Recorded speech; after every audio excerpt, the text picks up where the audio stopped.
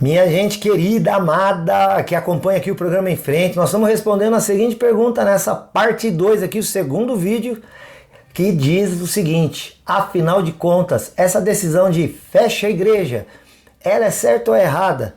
A igreja precisa estar aberta para que o povo de Deus o adore, sim ou não? Perguntas como essa estão na nossa cabeça desde que, agora por esses dias, houve aí uma discussão no Supremo Tribunal Federal Brasileiro a respeito de igrejas devem ou não estarem abertas, igrejas são ou não essenciais. E nós estamos falando aqui a respeito disso. Lembrando, mais uma vez, eu sou o pastor Silas de Souza, da Igreja Presbiteriana Independente aqui de Rolândia, Paraná. Esta opinião que vou passar é bíblica, porém, reconheço ser uma opinião pessoal, provável da maioria dos membros da minha igreja local. Não representa necessariamente a opinião de todas as igrejas cristãs e evangélicas ou não, e também da minha própria denominação como um todo, embora eu creia que sim, faça parte do pensamento da maioria dos cristãos. No vídeo passado estava falando com você da palavra eclésia, que significa assembleia, e que em qualquer dicionário você terá a palavra eclésia com significado de que assembleia significa reunião de pessoas. Jesus disse que eu estabelecerei a minha igreja, edificarei a minha assembleia, eclésia, reunião de pessoas. Portanto, impossível que igreja seja uma pessoa só. Então já começa por aí com frase que certas pessoas dizem: é possível que a igreja, eu não estou falando templo, mas estou falando de reunião de pessoas, é possível sim que a igreja esteja fechada e continuemos adorando a Deus de maneira individual, porque a igreja sou eu, não é o templo. Esta visão é equivocada. De novo eu vou dizer, esta visão de que a igreja pode ser, a igreja é uma pessoa, eu sou a igreja, então não preciso estar lá no templo, queridos. Esta visão biblicamente, não é a minha opinião, isso que eu estou te dizendo, é equivocada. Por que é equivocada? Porque, obviamente, se a palavra eclésia significa assembleia, e assembleia é reunião de pessoas, então, não é possível fazer uma reunião de uma pessoa só, por favor. Você não está fazendo um Google Meet sozinho, tá? Você não está fazendo um Zoom sozinho, tá? Não. Você não está fazendo nenhuma reunião sozinho, isso não existe. Não existe.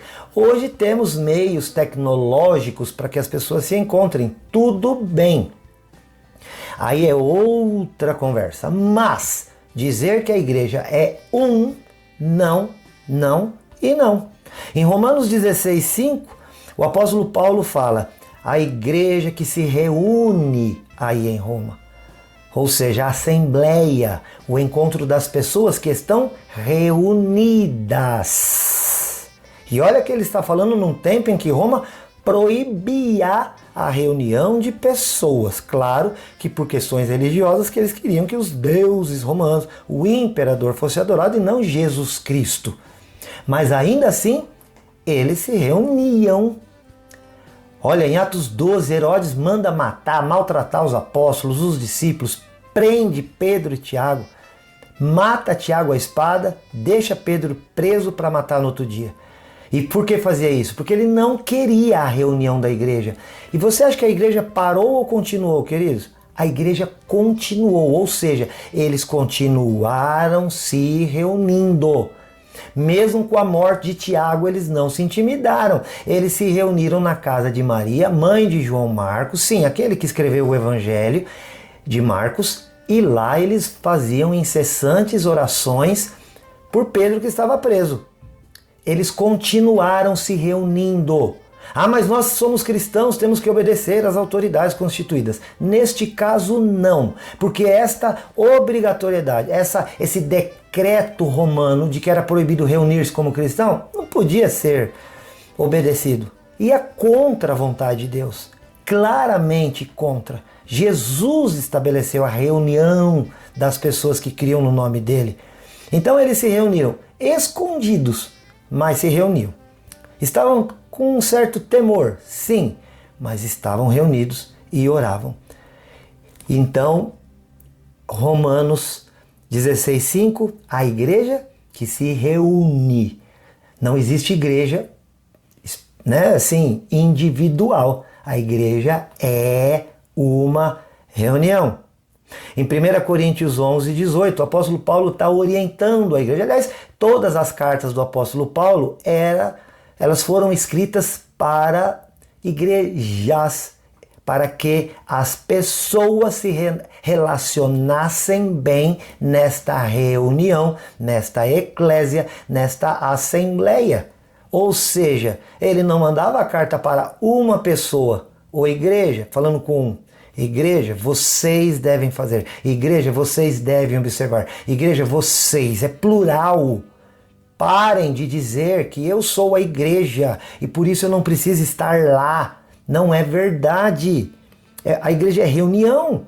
1 Coríntios 12:28, o apóstolo Paulo diz: Deus estabeleceu na igreja, ou seja, na reunião, ele estabeleceu dentro desta reunião pessoas com diferentes dons, talentos, modos de agir para trabalho, para quê? Para a edificação do corpo.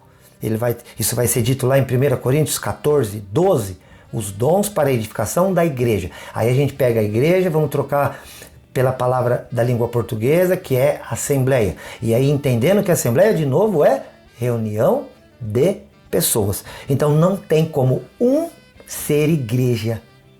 Tira isso da sua cabeça. A igreja, a palavra pressupõe que nós estejamos reunidos. Com qual propósito? De que através dos dons, aí sim, individuais dados por Deus, nós possamos exercê-los onde? No corpo. Agora eu acrescentei uma palavra aqui, corpo. Então vamos agora falar de corpo. Efésios 5:23 fala que Jesus Cristo é o cabeça da igreja. Em 1 Coríntios 12, Paulo também vai comparar a igreja a um corpo. E agora ele vai ampliar essa ideia e vai deixar algo claro, que Cristo é o cabeça da igreja. O que isso quer dizer, queridos? A igreja ser um corpo e ter Cristo como sua cabeça. Ou seja, a cabeça é que dá o comando, ok? A minha mão está indo para lá e para cá, minha cabeça para lá e para cá, né? Meu pescoço, na verdade, virando para... Porque a minha cabeça, porque daqui saem os comandos do meu cérebro para que as minhas mãos e outras partes do meu corpo funcionem. Essa articulação da minha boca acontece porque a cabeça ordena. A minha respiração acontece porque a minha cabeça, o que está aqui, né, na minha mente, no meu cérebro, comanda. Ciência, biologia, beleza? Ok. O apóstolo Paulo está afirmando, Cristo é o cabeça da igreja, porque ele compara a igreja, a eclésia, a assembleia, a reunião de pessoas a um corpo. Você já viu por aí uma mão, só a mão, andando sozinha? Mas tem gente que quer dizer, eu sou a igreja onde eu estiver. A mão é corpo sozinha, onde ela estiver? Não! A resposta é mais óbvia do que qualquer coisa. Meu Deus do céu. Você consegue ver uma perna andando por aí, uma língua... Não. Querido, a mão é corpo porque ela está ligada a um braço, que está ligada a um tronco, que está ligada a uma cabeça. Ou seja, o corpo é um conjunto, é uma reunião de membros, de partes que formam o corpo. É a reunião, é o ajuntamento das partes que formam o corpo. E que no caso da igreja tem como cabeça Cristo. Então, se até agora você era daqueles que dizia que eu sou a igreja onde estiver, eu não preciso ir lá, eu não preciso estar junto, eu não preciso me reunir. Repensa, por favor, meu amigo. Aqui também não é opinião. Ou se você achar o contrário, eu te respeito. Comente aqui, ó. Se inscreve lá no YouTube logo. Se inscreve lá para você pelo menos discordar, então.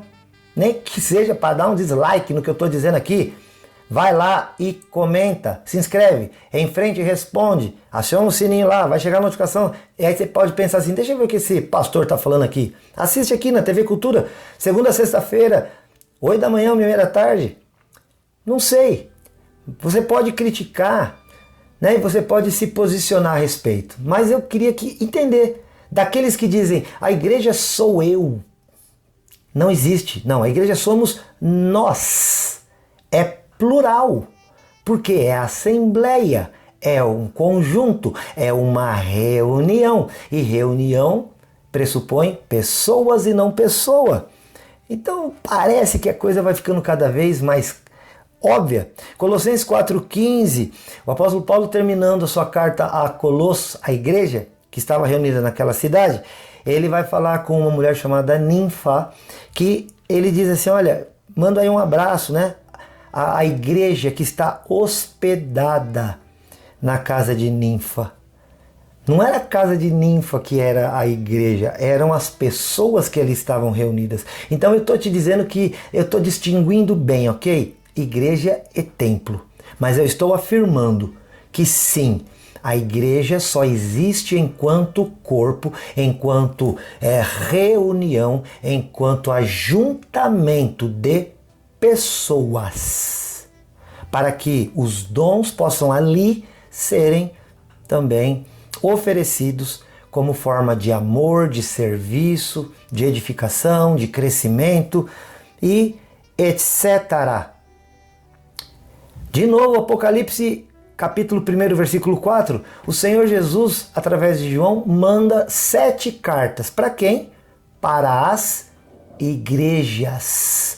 O destinatário era o anjo da igreja, o pastor, mas ele teria que ler aquela carta para a sua igreja, ou seja, a reunião de pessoas que estavam ali. Então, muito óbvio que Jesus está escrevendo a eclésia ou a assembleia, ao conjunto de pessoas reunidas com um propósito. Qual? Primeiro, adorar e glorificar a Deus. Depois, edificação mútua e trabalho e serviço para a sociedade, por que não?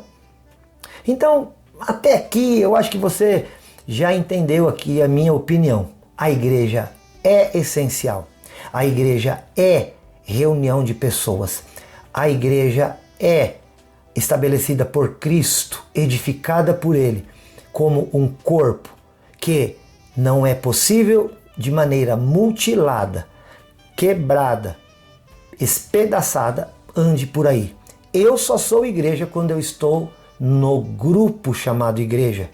Eu só sou igreja quando eu estou reunido ao corpo.